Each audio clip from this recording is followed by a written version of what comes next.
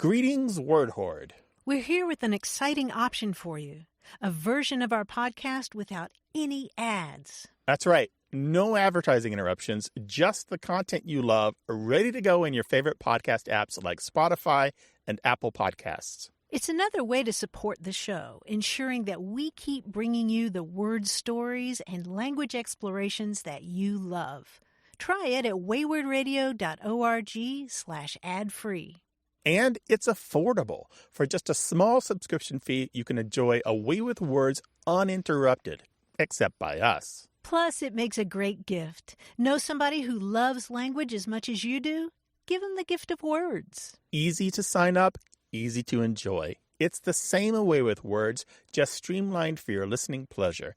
Go to waywardradio.org/ad-free. Support us, support the show, and enjoy an ad-free listening experience. waywardradio.org/ad-free. Thank you.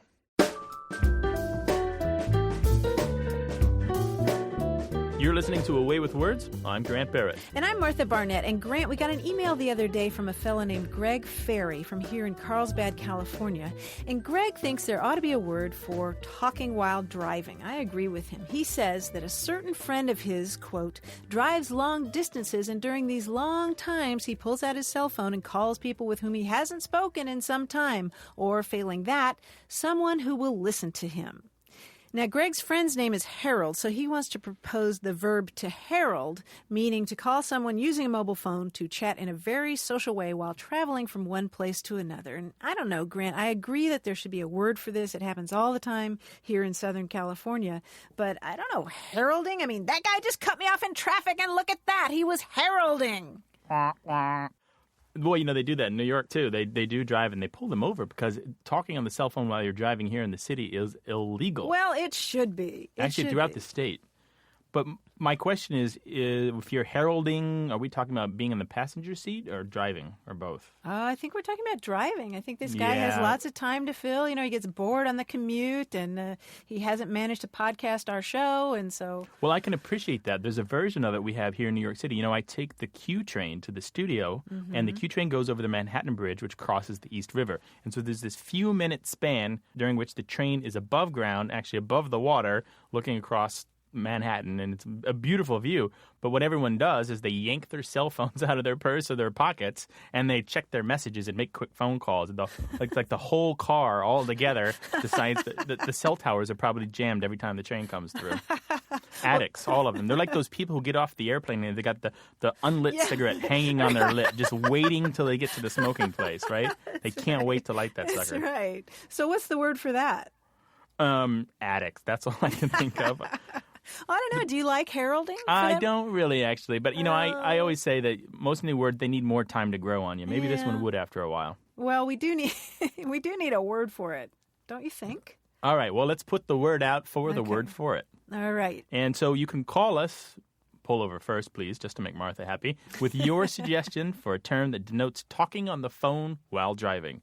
The number is 1-877-WAYWARD. That's 1-877-929-9673. Or email us. The address is words@waywardradio.org. Hello, you have a way with words. Hi, Martha and Grant. Yes. Hello. This is Rick calling from Onalaska. From where? Onalaska, Wisconsin. Oh, Onalaska? Onalaska. How do you spell that? It's like Alaska with on in front of it. Huh. O-N on? O-N on. O-N on. Well, I got to tell you, I've never heard of the place. Where is it? Tell me about it. What's It's the county near seat? La Crosse, Wisconsin. Okay. What's on your mind today, Rick? Actually, I'm calling about the origins of a word that I've known for probably 30 years or so. Dates back to growing up over on the other side of Wisconsin in Appleton, Wisconsin. The term is padiddle. How are you spelling that? I'm not sure. P-A or P-I, but padiddle, D-I-D-D-L-E, something like that. Now, what's it mean? Well, it was used when one or more people, typically more than one, would be driving in a vehicle going down the road, and the oncoming vehicle, be it a truck, car, whatever, would have one headlight burned out. And what would follow would be the first person to see it would yell padiddle and then kind of whack the inside of the roof of the car with their hand. And it was sort of like first one to see it, won. Right. And a lot of people know about this, the padiddle. Yeah, they do. It's just sort of generally accepted, a rite of passage. When you got to be about 16 in Wisconsin, you got your driver's license, you saw a car with one headlight, and you said padiddle. Yep. And then you smack the roof of your Smack car the roof. in triumph. Yeah, and then and triumph, exactly. And then somewhere along the line, I think once we got closer to the age of proper drinking age, it involved then the person who didn't respond first owed the other person or people a beer. Oh, wow. And did you buy a lot of beers? Or I was a pretty good padiddle spotter. So padiddle. I've heard of this, and you know why? Why? When I was editing the Historical Dictionary of American Slang, I was working on Volume 3, which includes the letter P, and I worked on the entry for this. You did? I did. Grant, you're my hero. Hello, yes. You did the padiddle entry? I'm hardly worth it. It hasn't been published yet. Well, wait till you see my work to judge whether or not it's worthy of praise. I can't wait. The earliest that we were able to trace this to was in the 1950s. But what's more interesting about this is that the game that you're playing actually is a modified version of an older game. And the older game was about kissing. Oh, so you're driving down the road. Yeah, you're driving down the road with your sweetie, right? Yeah. And if you see a car with one headlight, you're the man or the boy, and you say padiddle, then you get to kiss the girl. If the girl sees it first and says padiddle, she gets to smack you. So that's how it started out. And I can think of any number of other car games that are roughly similar, like Slug Bug. Everyone knows, right? Exactly. Yep. Right. Slug Bug. Wait, I've never played any of these, you guys. I mean, we just you live in car culture now, Martha, surely, right? Well, no, we don't. I've never heard of it in California, and I certainly didn't hear it growing up in Kentucky. Slug Bug? No. Oh, what but is then Slug Bug? When you see a VW, you get to hit the guy next to you. You just slug him on the shoulder and say, Slug Bug. It's just like padiddle. The goal is get there first. If Rick mentioned being 16. Even if you play this as an adult, it's still pretty much a 16-year-old mindset. It's all about hitting somebody and having a reason to. And everyone kind of just, I think it's all don't they, Rick? They just kind of mindset. like abide by the rules. They don't begrudge you the fact that you beat them to the punch, literally. Really? It's like giving noogies or something, only on wheels. Exactly. Yeah. Huh. So it sounds like it grew up with car culture. I mean, you didn't drive your horse and buggy and do it back then. Of course. And that's actually a really good point. I think it's significant that the term really doesn't start to show up until the 1950s, because that was after the war is when we could reasonably expect most American families to have an automobile, and for that automobile to be allowed to be driven by 16-year-old boys who like to hit each other. And have nothing better to do, go drive around for a while when gas is Sure. cheap. Well, and Right. think about the kissing game. Go out and pick up their sweetie and go down the lover's lane, right?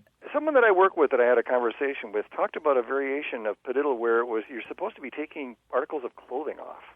I don't know anything about that one. Strip padiddle, exactly. Strip padiddle. I've Now, never. in Wisconsin in December, that may not have been that much fun. But No, it might be about putting clothes on. Wow. Get home and you're wearing 15 sweaters, and you're like, I don't know what the light business. I'm going into the light business. A lot of people need headlights in this town. All right. thank you. Well, I You've hope been we've very helped you some, enlightening. Rick. Very enlightening, did you say, Rick? yeah, I know. I couldn't resist it. So. That's nice. That's nice. All right. Thanks for the call, Rick. Glad to talk to you. Thank you. Bye-bye. Bye-bye. Padiddle. Padiddle. Now you're going to do it, right? Now I'm going to do it. Even when you're on your own, you're going to get home with a bruised thigh because you'll be hitting yourself every time you see a car with the light out. No, I'm going to right? be playing strip padiddle by myself on the freeway. Well, in those parts of the country where it's common to keep your headlights on during the day, the padiddle is probably a much more thorough and ongoing affair. It's a constant thing no matter when you're out, right? Well, I guess so. But is there a game for if your tail light is out? Is that the piddle? I don't know. I've never heard of that. If it exists, I don't know about it. Well, if it exists, somebody knows about it, so call us at 1-877-929-9673 or email us. The address is words@waywardradio.org. Hello, you have a way with words. Hi, this is Evan from Falmouth, Maine. Hello, Evan. What's going on in Maine? Not a whole lot right now. I'm just home for break and enjoying it very much. And you said you're home temporarily. Where are you otherwise? I go to school at the University of Guelph in Guelph, Ontario. Ah, okay. What are you calling us about? Well, my question is about the woman who is your mother or your father's sister.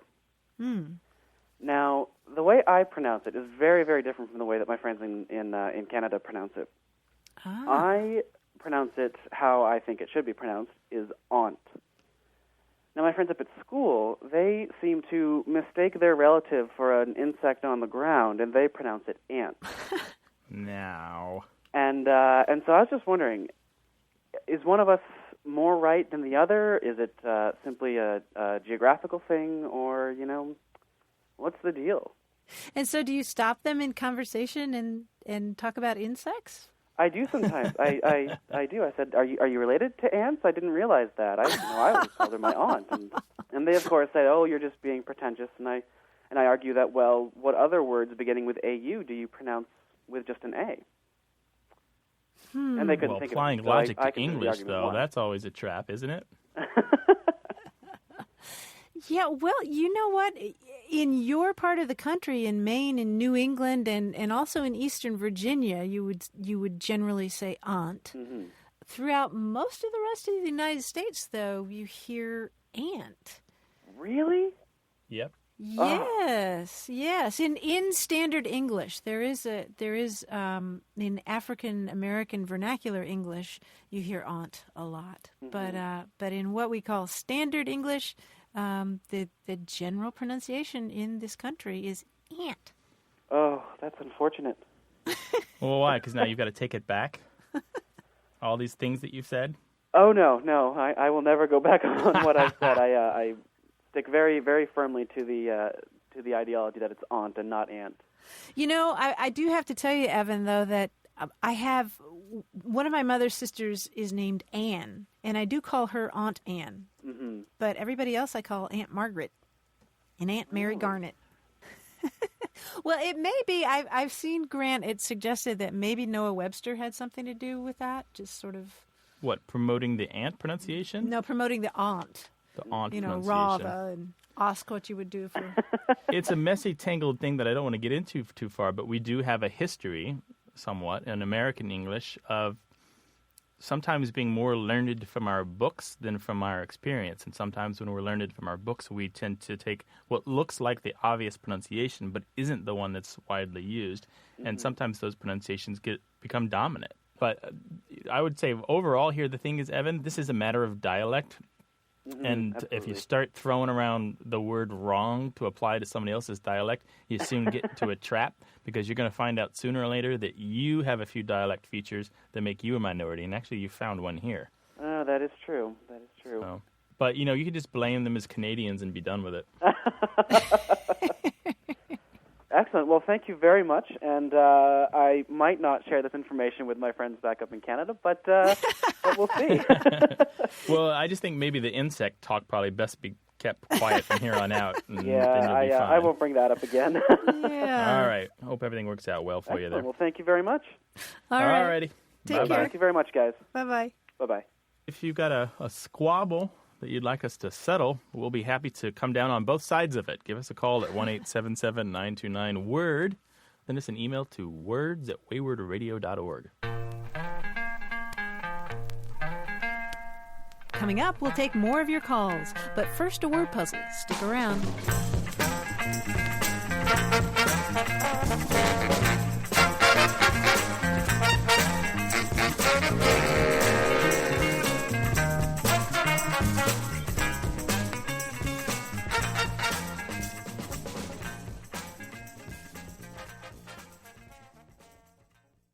You're listening to A Way with Words. I'm Martha Barnett. And I'm Grant Barrett, and we're joined once again by that crazy man, the quiz guy, Greg Pliska. Crazy man. Hello, what's up, dude? I'm foaming at the mouth with excitement. He has today. dealy boppers on, or is it that Steve Martin arrow going right through his head, right? No, those are headphones. Where's your banjo? I was thinking about the fact that you always call me puzzle guy. You haven't called me puzzle guy in a while. You're very puzzling. Which spoonerizes into... And you have a quizzical look on your face. Well, the reason I brought up puzzle guy is because if you spoonerize it, it comes up to something that you need to do in order to win the dessert eating contest. Oh, Spoonerism, somebody who's born with a silver spoon in their mouth says those. Exactly. To to guzzle pie. Guzzle pie. Puzzle guy, guzzle pie. There we go. You know where the term spoonerism comes from, don't you? Archibald. A country in the Yes. middle of Atlantis. I don't know. No, William Archibald Spooner, who was an Oxford University don in the late 19th, early 20th centuries. But as I understand it, most of the spoonerisms that are attributed to him weren't actually his. But There are still only a lot a of fun, couple though, that he right? actually It's said. kind Yeah. of like, I want to believe that Mark Twain said all those things, even though I know he didn't. And it doesn't matter because they're great. Yeah, they're fun. He's reputed to have said once, "Let us raise our glasses to the queer old dean," Right. meaning, of course, the dear old queen. Yes, Right. a movie. So I guess coming your to a quiz near to today you is about... is about spoonerisms. Dear old queens. Exactly. No, that's you guys. No, it's about spoonerisms, which is, just to be clear, the shifting of the initial consonant sounds on a pair of words. Right. So I'll give you definitions for both the original phrase and the spoonerized phrase, and you have to guess the phrases. Right. So you give us two definitions and we give you two phrases. You got it. Okay. And it all comes out even in the end. For example, common undergraduate college degree and online auction site. Ah. BA and eBay. You got it. Move the initial consonant from BA over to the other syllable to get eBay. Oh, boy. Okay, here we go. A place where they fix car dents and a second-rate jazz style. See, auto shop, shadow op. Nope. How about, yeah, place where they fix car dents. how about body Fender, shop and body shop. shoddy bop? There you Shoddy go. bop. Second-rate jazz is shoddy bop. All right. Yes, and body shop. Okay. All right. Ronald Reagan's favorite candy and what you hope your overweight dad didn't pass down to you. His belly jeans, That's jelly right. beans. Exactly. Reagan loved those jelly beans, and you don't want the belly jeans. All right. Here's one. I actually loved discovering this one. Vladimir Putin, for example, or Otto von Bismarck, or one of his neighbors. Vladimir Putin, or at least for many years, and Otto von Bismarck, or one of his neighbors. Chancellor and Anselcher? I know. Is it a title? Is it something like Tsar, Premier, Putin's title is, or was, Prime Minister, or the other one. Premier, The other one. President. President of Russia. President of Russia and Resident of Resident Prussia. of Prussia. Yeah. There we go. Okay. Sorry, I muffed that one completely. That's all right. And I just heard a show about that this morning. Putin's a complicated thing there. You know, a man who fishes with his shirt off. That's all I want to say. Did you see that picture of Putin with his shirt off? know. That sounds like the beginning of a great colloquialism. A man who does. fishes with his shirt off, Fill in the catches blank. bass in his pants. I mean, he used to be in charge of intelligence gathering. And there he is now laying it all out for the world to see. Which is like fishing with your shirt off. Intelligence gathering. It's You know, he's got the this same weird thing. floppy hat on that probably hasn't been washed since they bought it 40 years ago. Right. And he's fishing. Here you go. Strongly flavored cinnamon candy and dandruff, for example. Ew. Yeah, it's something you eat and something you don't eat. Yeah. Gross. A strongly flavored cinnamon candy. Greg. Also another term for Frankfurter. Red hot. And head rot. Head rot, That is dandruff, nasty. for example. Here you go. What a very naughty child will get into, and a pocket of air filled with cosines and tangents. Pocket of air filled with cosines and tangents? Yeah, clearly that's the fanciful one. Wow. Okay. What's a pocket of air? A wind shear. What are you going to get into? Bubble. If you're very naughty, Bubble, trouble, something. bubble, you're going to trouble. get in. So it's troubles in the first one and bubbles in the second one. Yep. So Yeah, I like the way you're working this out. trouble, yeah, bop. trouble. What's with a B? What goes with trouble that has a B?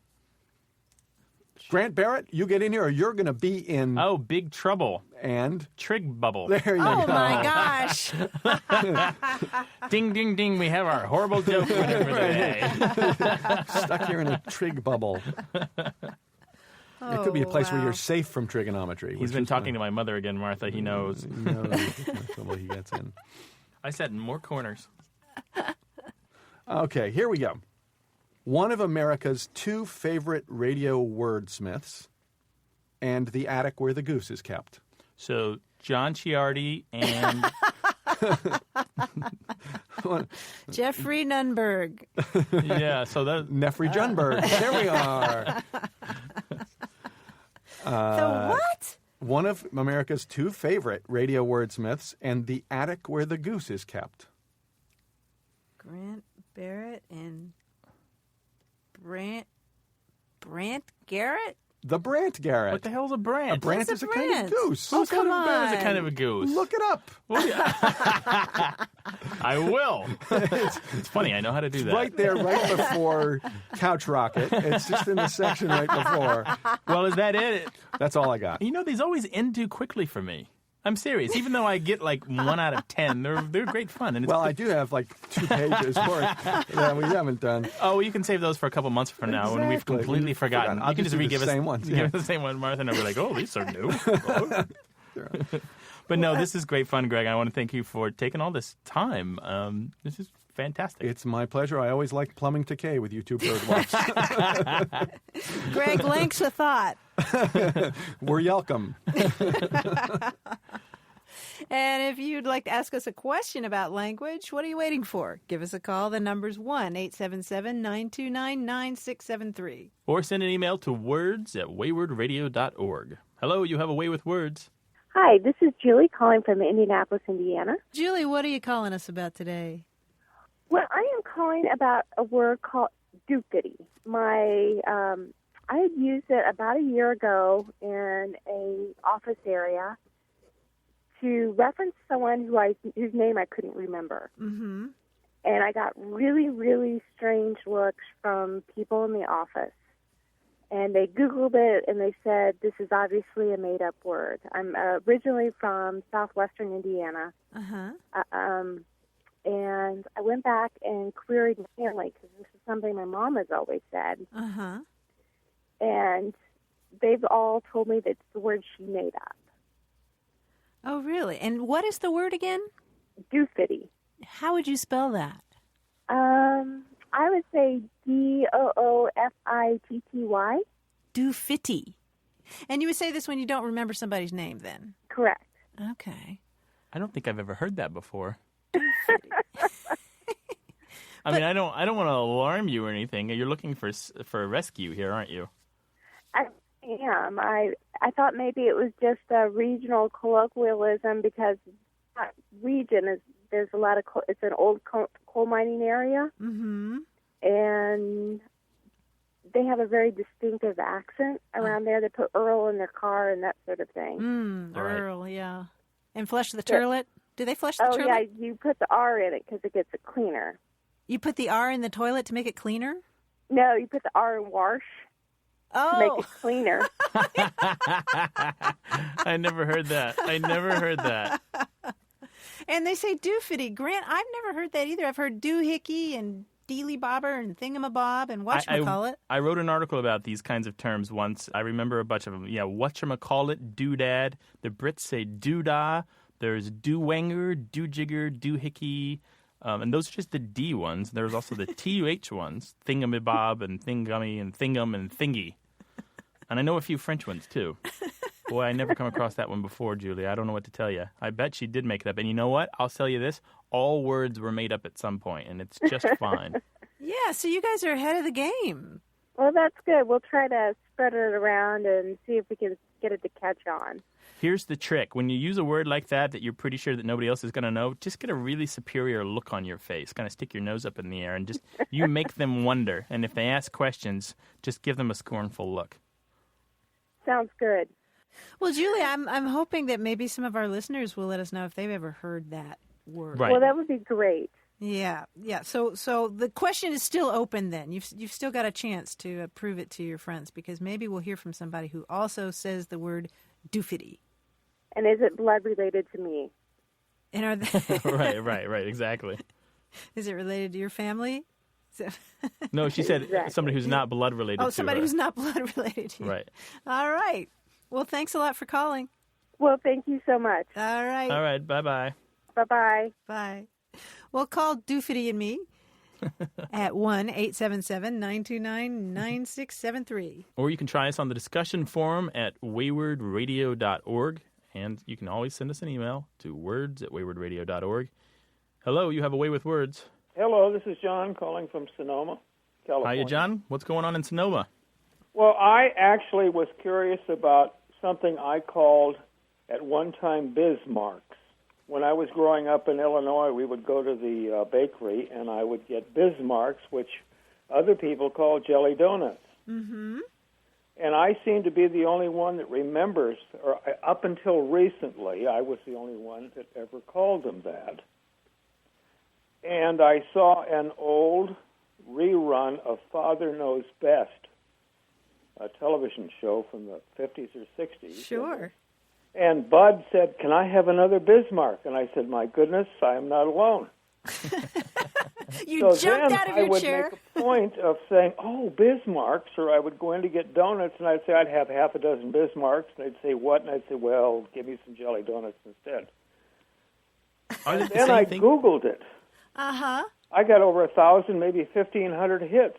You know, there are people that still call them that, I guess. Sure. And I suppose the obvious reason is they were named after either North Dakota or Count Bismarck or whatever. And I guess my question is that true? Were they named after him? Why am I the only one that seems to remember them as Bismarcks? And is that enough of a question? That's a great question. Oh, So is it exactly the same thing as a jelly donut? It is a jelly donut. Oh, it is. Okay. Well, and as far as I can tell, but when I was a little kid and I lived, I've lived in various places in the country, but I always remember that Bismarck seems like something special. Ah, yes. And whenever we would go back to visit, I had to go to that bakery. It might have been that they used a certain kind of filling, and maybe they cooked them a little differently. I don't know. Did it have powdered sugar on the top, or? Oh, my heavens, no! It had to be glazed. Oh, glazed. Very Okay. particular about your Bismarcks, then, huh? And a certain kind of jelly?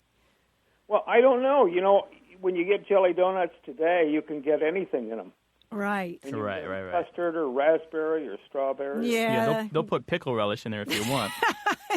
Yeah, they don't make jelly donuts like they used to. Okay. You grew up in Illinois. Where in Illinois? Well, here's the thing. It was Streeter, Illinois, and one of the things that I guess another thing that was in the back of my mind was that in Father Knows Best, they lived in a town called Springfield. Oh, just like the Simpsons. So I wondered if the writer was from Illinois or something, and they called him Bismarcks when he was a kid or something. Yes, that could well be. And, the story I've heard, John, is that it comes from the Hotel Bismarck in Chicago, which was built by German immigrants. So what, it was the specialty of the house restaurant? Yes. Yeah, or they had a bakery there, actually. And it doesn't surprise me because a lot of times foods get named and get associated with a particular hotel or a particular restaurant. I know when I was growing up in Louisville, Kentucky, we had a hot brown. And do you know what that had in it, John? Have you ever had a hot brown? I don't think so, not by that name. Well, it's from the Brown Hotel in Louisville, and it was, get this, it was an open-faced turkey sandwich with bacon and cheese sauce. Past the Lipitor. Oh, yeah, past the Lipitor. Holy moly. Well, of course, everyone thinks of Waldorf salad as well, which supposedly was named after the hotel. Right. Was it? Yeah, I think it was. As far as I know, that's the story anyway. And the story that I heard about Bismarck donuts is that they originated there, or at least they were popularized by Germans in that area. The Hotel Bismarck probably being named for the Chancellor Bismarck, the German chancellor.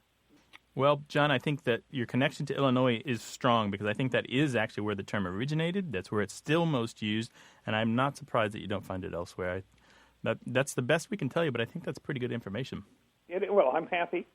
Okay. Right. Bon appetit. Bon appetit. Okay. Au revoir. Take care of yourself there. Au revoir. Auf Wiedersehen. A bientôt. Goodbye. Grant, I neglected to mention that a Bismarck is also a drink.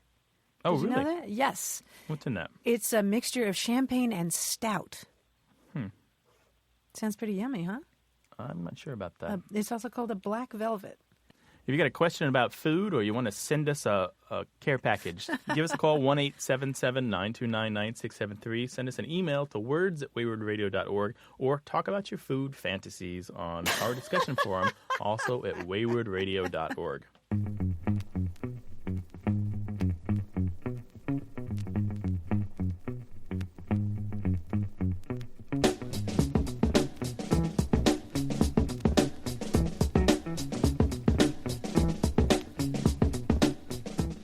In an earlier episode, we had a call about the expression bread and butter, which people sometimes say when they're walking together, and an obstruction in their path makes each of them step around it on opposite sides. And boy, do we get a lot of email about that, Grant. Michael from Ontario, Canada, wrote to say his own parents used to do this all the time, but with any two things that went together, like bread and butter, pepper and salt, or ham and eggs. Zev from Peaks Island, Maine, says the version he heard goes like this. When you're walking down the sidewalk with someone and you separate yourself from said person by walking between a lamppost and the street, you're supposed to stop, go back around the correct way, and say bread and butter. Zev goes on to point out that there's an example of this version in a 1956 Popeye the Sailor cartoon. If you'd like to watch this brief cartoon featuring the bread and butter superstition, go to our website. That's waywardradio.org. Grant, I love that little cartoon. I was watching it the other day. I was a big Popeye fan growing up. Were you? I have one trait. I say muscles sometimes. And you had the hots for olive oil, I'll bet. La la la la la. Yes. Yeah, very good. Finally, this from Judy. She's a librarian at the University of Michigan. And Judy writes, I just listened to your podcast with the question about bread and butter when I started to watch a very old Twilight Zone episode on the Sci-Fi Channel. It starred William Shatner in his pre-Star Trek self as a man making his way across the wilds of Ohio with his new bride, played by Patricia Breslin. As they walk down the small town street, they come to a light post. She begins to go on the opposite side of the light post, but he pulls her toward him, saying, bread and butter. Then, in response to her, yes, dear, he says, just trying to save your life. Judy adds, pretty dang hunky, Shatner. Isn't that a weird coincidence? There should be a word for that, Grant, where you're hearing a word and then you see it again. There's a bunch of those. I guess there are. We'll put them on the website. And if you want to share your observations about language, pick up the phone and give us a call at 1-877-929-9673. Or you can send your crazy synchronicity to us by email to words@waywardradio.org. Stay tuned for a game of Slang This, in which we try to figure out the meaning of strange language, and more of your calls on Away with Words. Support for Away with Words comes from WordSmart, the vocabulary building software. Improving your vocabulary, reading comprehension, and critical thinking skills will increase your chances for success. Learn more online at wordsmart.tv. And from iUniverse, supported self-publishing. Is there a book in you? Find out how to publish it at 1-800-AUTHORS or learn more online at iUniverse.com.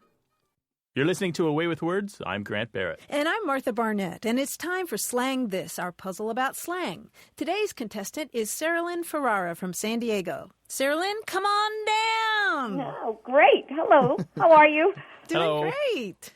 How are you doing, Saralyn? I'm doing great. Are you psyched? I'm psyched. I'm ready. Okay. Well, Saralyn, as you know, to get past door number 1 in this challenge, you have to share your favorite slang expression with us. So, Saralyn, what would that be? One I use quite often. It's in a nutshell. In a nutshell.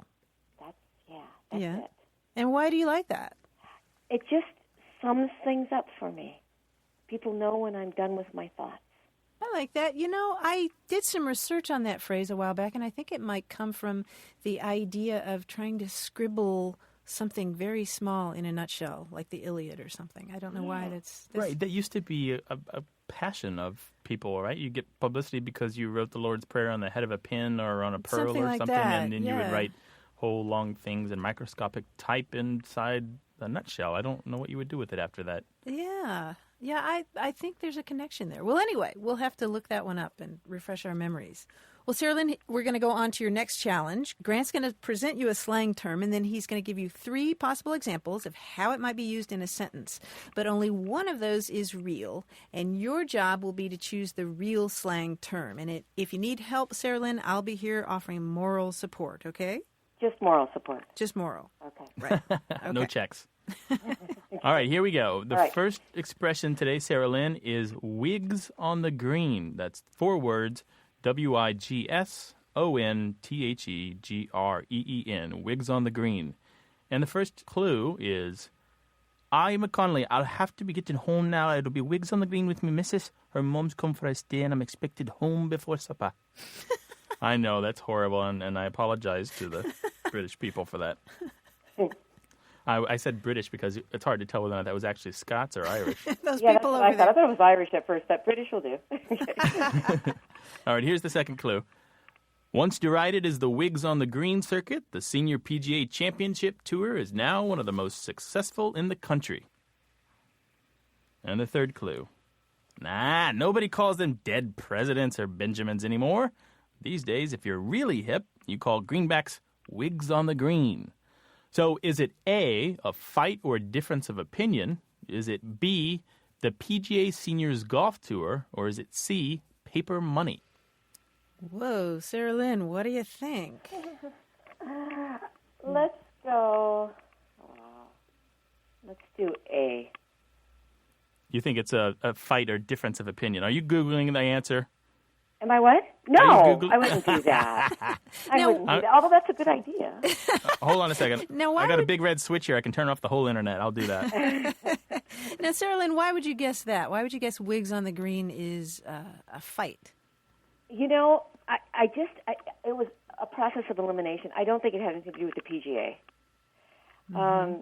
So, you know, don't think- it was just a guess. You don't think they wear wigs in the PGA? I mean, they have those sort of ugly pants. Yeah, that's right. That's And right. ugly maroon jackets. But I think A was that accent, that British accent, right? That was the, Because I worked so hard at being so awful. yeah. I just wanted to, you know, I wouldn't have acknowledge exposed your- I wouldn't have been so embarrassing, right? Exposed my bad acting skills if I it think wasn't if you had correct. to do that for a reason, you wouldn't just. I mean, that must be the answer because why else would you have done that? Oh, very well. You're 100% correct, Sarah Lynn. It is indeed the answer. All Wigs right. on the green. To have wigs on the green means to have a fight or difference of opinion.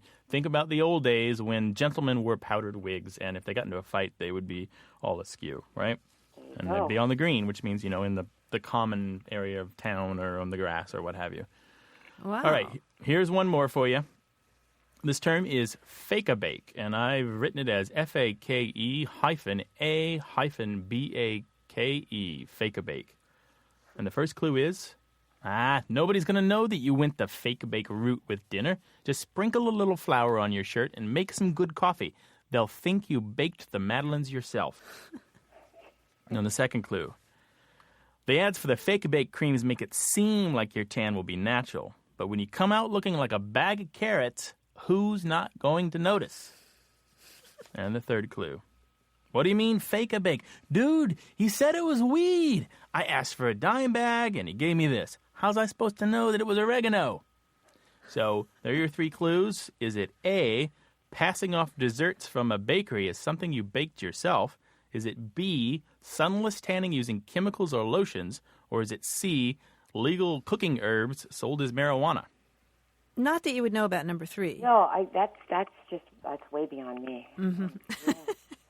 But I think I could be wrong when I use this slang, but I would say it's B, a fake tan, because I've used that before. But maybe I've said it's a fake-a-bake. It's not. Indeed, it is. Absolutely correct. It is B, All right. sunless tanning using chemicals or lotions, sometimes just called fake bake or baking fake or something like that. A lot of different variants on that. But it makes sense because you're exposing you're not actually under the sun, so it's a fake way of baking yourself. I don't know, whatever. And yes, it's B. Good. That's all. Nicely Great. done, Sarah Lynn. You got 2 for 2, and you're the slang hero of the day. So that's it? There's no more? No, that's it. Do you want some more? I'll make some up on the spot. Wow, what did I win? You won a Well, that was year's... fun. I enjoyed that. A free phone call. That's great. And one was a guess, a kind of a guess. Yeah, you did wonderfully. And for playing our game, we're going to send you a year's supply of Fake-A-Bake creams. Great. I want a dark tan, please. Do you? Yeah. Okay. I like a Latin tan, you know? Uh-huh. Yeah. Well, that was fun. I enjoyed that. Thank you all. Yeah, well, thank you. And I tell you what, really, we're going to send you a copy of Grant's book. It's called The Oxford Dictionary of American Political Slang. Ooh, wow, that I would enjoy. Yes, Erlyn, that's perfect for an election year, huh? Exactly. That's just what I was thinking. All right. Well, thanks for playing. Hey, thank you, guys. Thank you. Bye-bye. Right. Bye. And if you'd like to play our slang game on the air, call us. The number's 1-877-929-9673. Or send us an email to words@waywardradio.org. Hello, you have a way with words. Yes, hello. It's Dorothy Hughes on Mount Helix. Hi, Dorothy. How you doing today? Pretty good, thank you. What's on your mind today, Dorothy?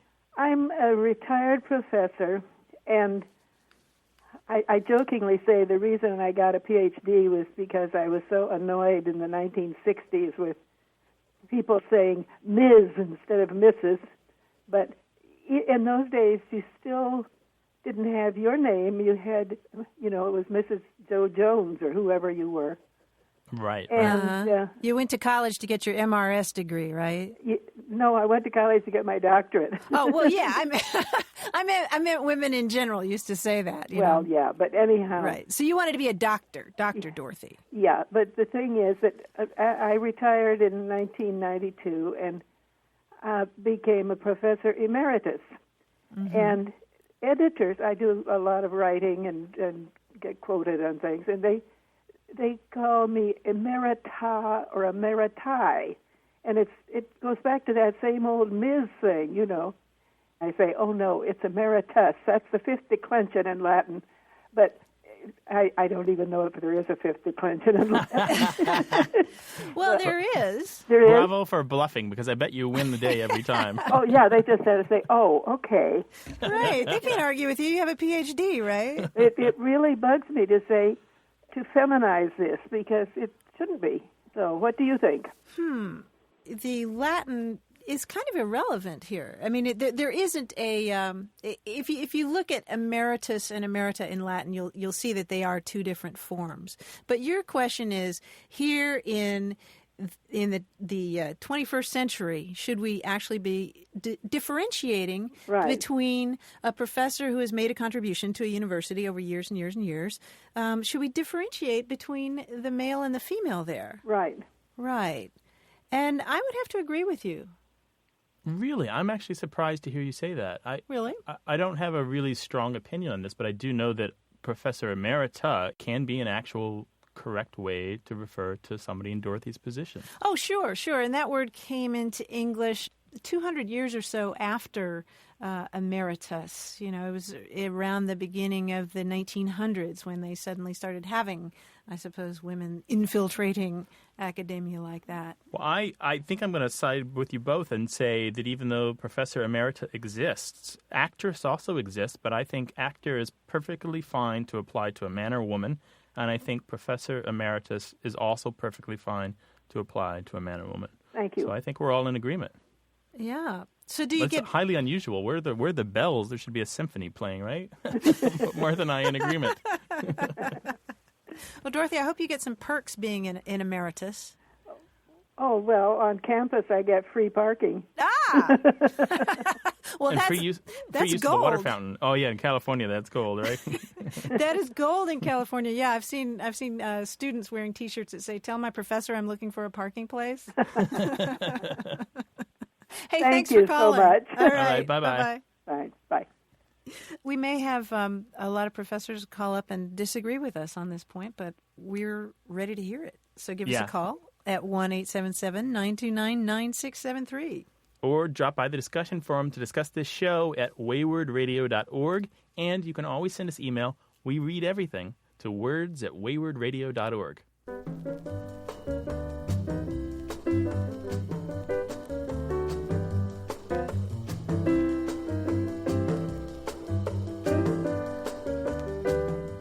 Grant, if few weeks ago on our show, we were discussing the word biffy, remember, meaning a kind of toilet or outhouse or porta potty. Well, that prompted quite a few emails, including this one from Larry Christie of Oceanside, California. Larry writes, I was born at a midwife's home while a raging January blizzard was in full force at Pierre, South Dakota. Thank you, Grant, the capital of the state. On his family's farm, they used biffy to mean, quote, an outdoor or indoor toilet, whether it was a two-holer or a flushable pot. A catalog was our toilet tissue. One did not dally in the middle of a raging blizzard and below zero temperatures. Often stripes of snow had to be brushed away from the seat that came through the cracks between the boards of the wall. Brrr. Several other listeners wrote with suggested etymologies for the word biffy. Some of you suggested that biffy is an acronym that stands for Bathroom in the Forest for You. No, almost certainly not. No. Others pointed out that there's a brand of porta potty marked with BFI in big white letters, standing for Brown Ferris Industries, which is a waste management company, although I think that they have their hands in a lot of other businesses as well. Thanks for that. However, the problem with BFI is that I haven't found proof that that company was in the portable toilet business before 1942. 1942 is when we first find biffy used in print. Also, the term biffy seems more common in the upper Midwest, and BFI does business everywhere, and I think they're based in Texas. If you've got information that shows that BFI was in the portable toilet business before 1942, let me know. Well, if you think of a question or comment about what you hear on A Way with Words, you can always write to us. The address is words@waywardradio.org. You can also leave comments in our episode section of our online forum or call us anytime at 1-877-929-9673. Hello, you have A Way with Words. Hi, this is Mary Ann from Wrightstown, Wisconsin. What's going on in Wrightstown? Well, I have a question for you about Duck, Duck, Goose, the game that you play when you're a little kid. Oh, yeah. Tell us how you play that. Well, you sit in a circle with a bunch of kids, and one person is it, and they go around and they hit people on the head as they go around, and they say duck, duck, duck, and then when they get to someone that they pick, they say goose, and that person, they run around the outside of the circle, and the person has to get to where that other person was sitting before they get them.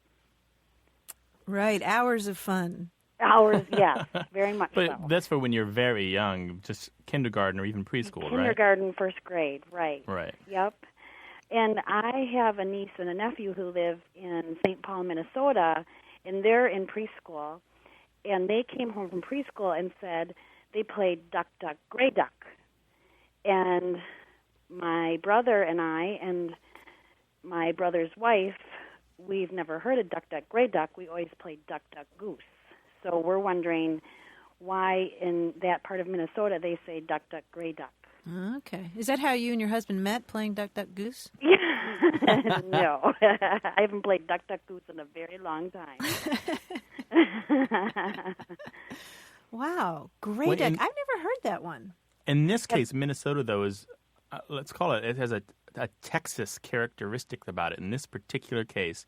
And by that I mean Texas is so often the exception to various rules and things, or at least it thinks it is. In this case, Minnesota is the exception because as far as I know, this is the only place in the country where they play Duck, Duck, Gray Duck.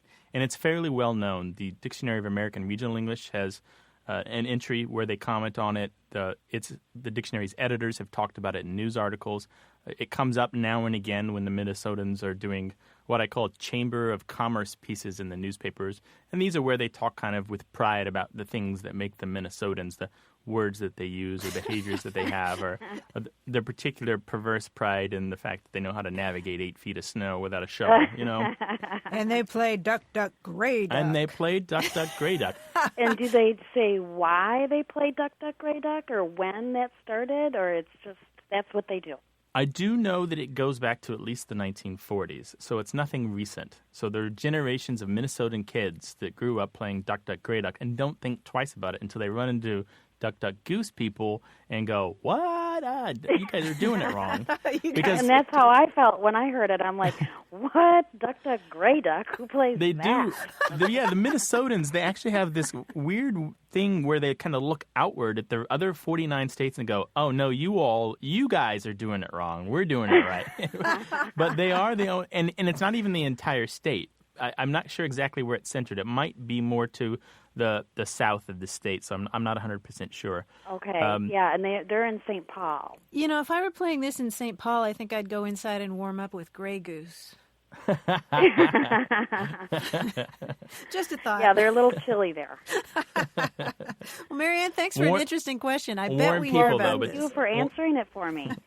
All right, take care of yourself. Stay yes, warm. You too. All right, bye-bye. Bye-bye. I was going to say they're warm people. She meant that they have cold weather. Right? They do. Grant, it's so much fun exploring all these children's games. You know, one of my favorite ones that I came across only in the dictionary was one called Honey Pot. Do you know that one? That one? No. If you look it up in the OED, it says a children's game. One of the players, called the Honey Pot, sits with his hands locked under his hams while the quote-unquote honey merchants lift him by the armpits as handles, pretend to carry him to market, and shake him with the aim of making him let go his hold. Also called... Isn't that great? I mean... You want to get rid of TV and Game Boys? That's what we're going to be stuck with. Honey Pot. We'd love to hear about your childhood games, old rhymes, and stuff that you half remember from when you were very, very young. Give us a call, 1-877-929-WORD, or send us an email to words@waywardradio.org.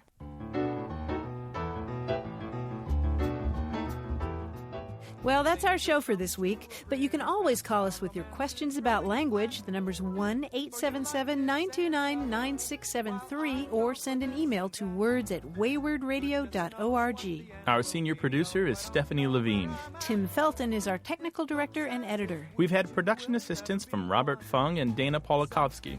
Away with Words is produced at Studio West in San Diego. I'm Martha Barnett. And I'm Grant Barrett, inviting you to join us next time, right here on Away with Words.